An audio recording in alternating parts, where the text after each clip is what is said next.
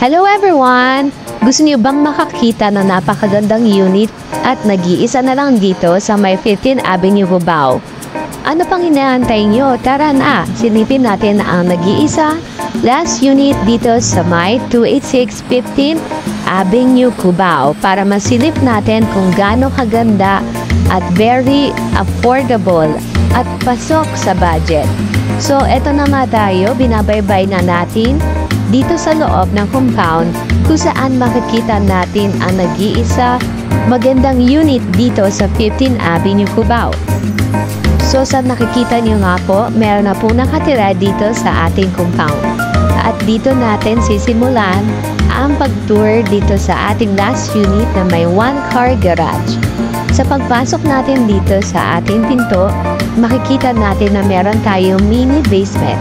And pwede din po natin maging mini office for work from home. Sa pag-akyat natin, ang una nating makikita of course, ang ating living, dining area, and kitchen area. Dito sa second floor, makikita natin ang features ng living and dining including the kitchen area. O diba, sa nakikita nyo pala, napakaganda nito at napaka-affordable and swak talaga sa budget. Lalo na kung i-compare nyo, nasa bustling area tayo ng Cubao and nasa prime location.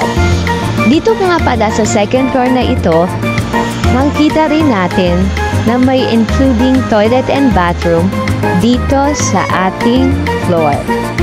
At kung nag-worry naman kayo sa tubig dito, ay nako, dito pa lang baka matuwa na kayo dahil dito sa area ng Cubao, napakalakas ng tubig dito unlike sa ibang lugar. Dito, hindi yun na kailangan mag-provision ng any best tank dahil never dito nawawalan ng tubig or mawalan man ng tubig, hindi tumatagal. At dahil ready for occupancy na nga itong last unit na ito, syempre may pasurpresa din ang developer dito para sa lahat or para sa bibili ng unit na ito, ang lahat ng gamit and kung ano man ang nakikita nyo dito ay kasama na sa total contract price. O diba sa papamakita nun, may bahay ka na, may free furnitures ka pa, saan ka pa? Damit na lang dadalhin mo dito para tumira. O diba? So ayan, nandito na nga tayo sa third floor.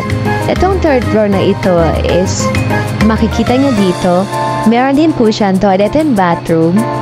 May 2 bedrooms siya. And sa makikita nyo dito sa idea ng model unit, ginawa po namin dito example na may double deck of course para sa mga kids. And nasa inyo naman po kung ano yung gagawin nyo dito sa isang room, kung theater area, living, or panooran. Ayan po, ito yung may double deck and meron din po tayong provision dito ng aircon. Sa bawat room pala, meron po tayong provision ng aircon or kung gusto niyo naman po ng split type, pwede naman po tayo magpa-assist na gawing split type ang ating aircon.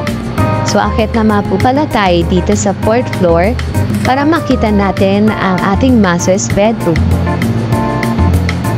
Master's bedroom na may including na roof deck kung saan nakita natin ang ating napakagandang labas and para sa mga may hilig din na magplantita, may sorpresa kami sa iyo. So eto, nakikita nyo ang ating master's bedroom.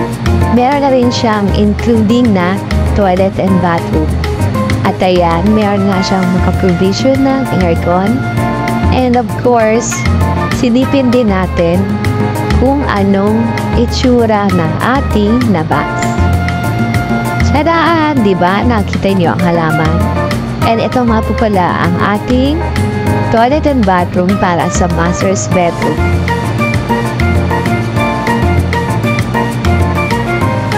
So ngayon, sarado muna natin ang ating bintana at isarado ang ating bathroom. Para silipin naman natin ang ating roof deck. Dito sa roof deck na ito ay marami pwedeng gawin. Pwede nating gawing gabahan ito. Pwede nating punuan ng plantita para sa mga mahilig mag-plants. Pwede din natin lagyan ng ating lamesita or upuan para dito tayo magkwentuhan or dito tayo mag-unwind habang nagkakape. Dito nga pala sa fourth floor na ito ay naglagay na kami ng polycarbonate na roof.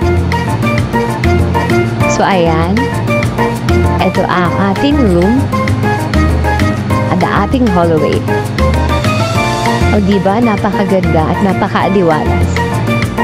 Dito nga rin pala sa roof deck meron tayo faucet dito na kung saan kung pwedeng gusto niyo naman po maglaba dyan, pwede kayong maglaba at gawing laundry area. So ayun na nga po, ito ang ating kabuuan ng ating pag-tour dito sa model unit or last unit ng 286 15th Avenue, Cubao.